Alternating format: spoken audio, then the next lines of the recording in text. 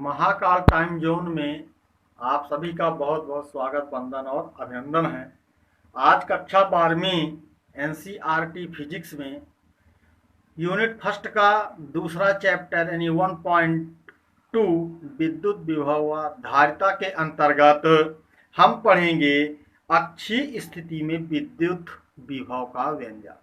दोस्तों, इसके पूर्व भागों में हमने विद्युत विभव का व्यंजक पढ़ चुके थे। क्या पढ़े थे कि विद्युत क्षेत्र के किसी बिंदु पर अनंत से एकांक धन आवेश को लाने में किए गए कार्य को विद्युत विभव कहते हैं। और जिसका सूत्र दोस्तों हम पढ़ चुके थे, क्या पढ़े थे? जिसका सूत्र पढ़े थे कि V बराबर होता है 1/4 पाई एप्सिलॉन 0 और Q/R वोल्ट। दोस्तों, आज हम पढ़ेंगे अक्षीय स्थिति में इस विद्युत विभव का व्यंजक। तो चलिए हम स्टार्ट करते हैं। तो ये जो प्रश्न आता है, अक्षीय स्थिति में विद्युत विभव का व्यंजक निगमित कीजिए अथवा विद्युत द्विध्रुव के कारण अक्षीय स्थिति में विद्युत विभव का व्यंजक प्राप्त कीजिए। तो दोस्तों, सबसे पहले हम शुरू करते हैं कि अक्षीय स्थिति कहते किसे हैं। तो विद्युत द्विध्रुव के बढ़ाए गए अक्ष पर स्थित बिंदु को अक्षीय स्थिति कहते हैं। तो दोस्तों, सबसे पहले हमने क्या लिया? अक्षीय स्थिति के लिए हमने क्या किया कि सबसे पहले हमने क्या लिया? एक आवेश, दो बिंदु लिए, ए और बी। ए पर प्लस क्यू आवेश और माइनस क्यू, बी पर माइनस क्यू आवेश लिया। और इन दोनों द्विध्रुव ए और बी क्या हो गए? द्विध्रुव हो गए। और इनके बीच की जो प्रभावकारी लंबाई होती कितनी होती है? 2L होती है। अतः इसके ठीक मध्य बिंदु केंद्र O से OA बराबर L और OB बराबर दूसरा L, यानी L प्लस L बराबर 2L हो गया। दोस्तों, हमारा उद्देश्य क्या है? परिभाषा है कि द्विध्रुव यानी द्विध्रुव के बढ़ाए गए अक्ष। द्विध्रुव का अक्ष क्या कहलाता है? दोनों आवेशों को मिलाने वाली रेखा अक्ष कहलाती है। तो द्विध्रुव के बढ़ाए गए अक्ष यानी यहां से आगे अक्ष बढ़ा दिया गया, इस अक्ष पर कोई स्थित बिंदु है P, जिस पर हमें विद्युत विभव का व्यंजक प्राप्त करना है। तो दोस्तों, इसके लिए क्या करना पड़ा? इसके केंद्र से इस बिंदु की दूरी हमने मान लिया है कितनी है? R है। तो दोस्तों, क्या लिखा? इसी चित्र को हमने लिखा कि माना AB एक विद्युत द्विध्रुव है। इसके मध्य बिंदु O से यानी यहां से R दूरी पर, यहां से यहां R दूरी पर एक बिंदु P है, जिस पर विद्युत विभव की गणना करनी है। तो दोस्तों, अब हम करेंगे क्या कि चित्रानुसार प्लस क्यू आवेश यानी इसके कारण इस बिंदु पर विद्युत विभव का व्यंजक। तो दोस्तों, क्या लिखेंगे? सूत्र सीधे होता है, लिख देंगे 1/4 पाई एप्सिलॉन 0। आवेश प्लस है तो यहां पर हम लिख देंगे Q, तो धन लिखते नहीं, बटे यहां से यहां की दूरी। दोस्तों, तो हम जानते हैं क्या होगी? यहां से यहां की दूरी कितनी है? R है। R में यदि OA घट जाए यानी यहां से यहां की दूरी R है और R में ये दूरी घट जाए तो क्या हो जाएगा? AP हो जाएगा। तो यहां से यहां में R में L को घटा देते हैं, या ये कह सकते हैं कि AP। और AP की दूरी क्या है? यहां से यहां R है, R में L घट जाएगा तो ये हो जाएगा R माइनस L। दोस्तों, विद्युत विभव एक क्या है? अदिश राशि है, इसलिए यहां पर दिशा की जरूरत नहीं पड़ती है। सीधे उसका क्या निकालते हैं?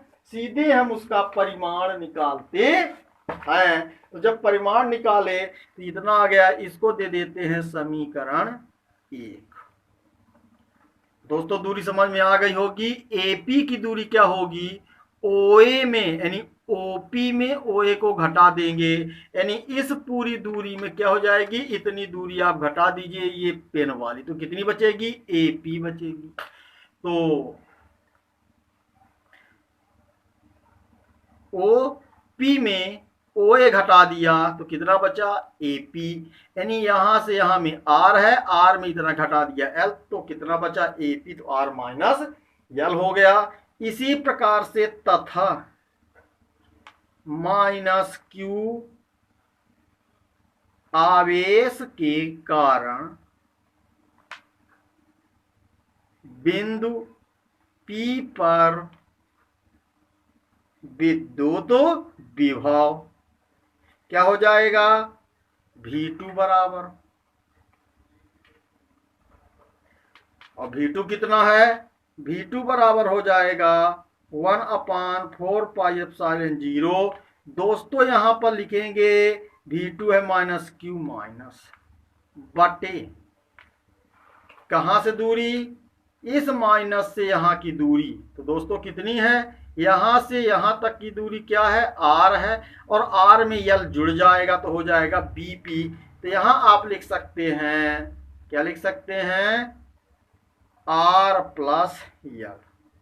दोस्तों यहां पर एक ध्यान देने वाली बात है कि माइनस लिख दिया है, जबकि इसके पूर्व जब हम विद्युत क्षेत्र की तीव्रता लिखा करते थे तो यहाँ माइनस आवेश के कारण यहाँ माइनस नहीं लिखते थे, लेकिन वहां पर हम दिशा लिखा करते थे, तो परिमाण और दिशा दोनों एक साथ हुआ करती थी। यहाँ पर क्या है, यहाँ पर विद्युत विभव एक अदिश राशि है, इसलिए उसका परिमाण माइनस है, तो यहाँ पर माइनस लिख दिया गया है। यदि विद्युत विभव सदिश राशि होती तो यहाँ माइनस न लिख करके इस माइनस के कारण दिशा क्या है वो लिख देते। यहाँ पर चूंकि विभव एक अदिश राशि है, अतः क्या करना पड़ा है, यहाँ पर माइनस लिख दिया गया है। इसको दे देते हैं समीकरण 2। अब क्या बता देंगे, यहाँ बता देंगे कि विभव अदिश राशि है,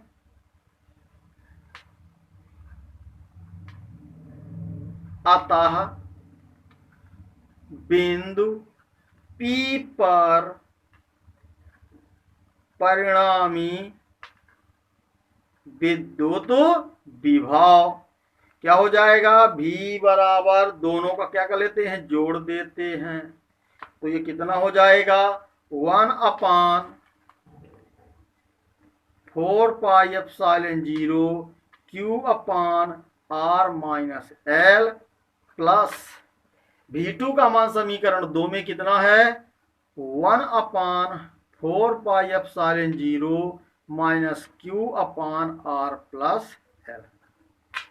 दोस्तों यहां पर देखिए कॉमन क्या निकल रहा है, यहां पर Q ऊपर से निकल रहा है, तो इसको लिख देंगे Q बटा 4πε0, दोनों में है तो लिख देंगे 4πε0। बचा कितना, यहां से बचा 1/R-L, और ये प्लस और ये कितना हो जाएगा, ये हो जाएगा माइनस, तो 1 हो जाएगा R प्लस L। दोस्तों अब क्या करना पड़ेगा, तो Q/4πε0 इसका क्या लेंगे, लघुत्तम ले लेंगे, तो कितना जाएगा R-L और R प्लस L हो जाएगा, और इसका इसमें भाग देंगे तो R-L कट जाएगा, R प्लस L का भागफल का अंश में गुणा करते हैं तो ये हो जाएगा R प्लस L, ये वाला माइनस यहाँ, फिर इसका इसमें भाग देंगे तो R प्लस L कट जाएगा, बचेगा कितना R-L, तो यहाँ लिख देंगे R-L। अब क्या करेंगे दोस्तों, अब इसी के आगे हम यहाँ पर हल किए दे रहे हैं, एक लाइन और यहीं पर हल कर लेते हैं। ये हो जाएगा Q/4πε0 और R प्लस L, माइनस को अंदर कर दो तो माइनस R प्लस L बटे A minus B, A plus B बराबर होता है A² माइनस B²। अब क्या करेंगे, R से R कट गया और ये बचा 2L और ये हो गया Q, तो आगे क्या लिख देंगे, यहां पर लिख देंगे कि V बराबर 1/4πε0 into 2QL/R R square minus L square. और किंतु क्या होता है, P बराबर होता है 2QL। ये क्या है, विद्युत द्विध्रुव आघूर्ण।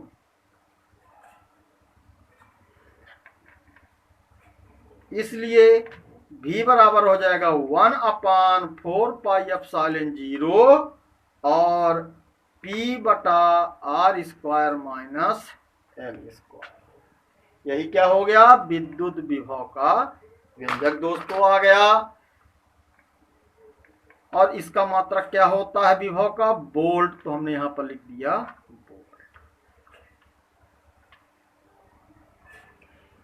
कभी कभी दोस्तों क्या पूछता है, छोटे द्विध्रुव के लिए, तो यहां पर आप बता देंगे छोटे द्विध्रुव के लिए, यानी द्विध्रुव क्या है, बहुत छोटा है। कैसे, L is more less than R, यानी L is more less than R। L बहुत छोटा है R की तुलना में। तब क्या करते हैं,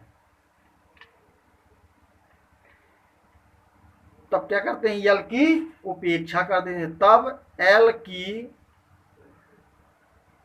उपेक्षा करने पर, क्योंकि L क्या हो गया है, बहुत छोटा हो गया है, करने पर, तो V बराबर हो जाएगा 1/4πε0 P बटा L की उपेक्षा कर दिए आ गया R स्क्वायर। और यहां V का मात्रक होता है वोल्ट, तो यहां पर हमने लिख दिया वोल्ट।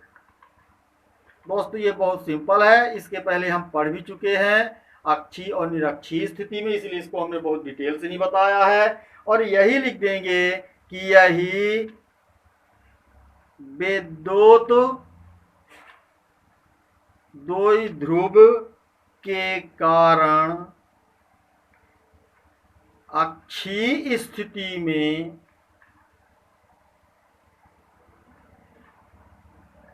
विद्युत विभव का व्यंजक है।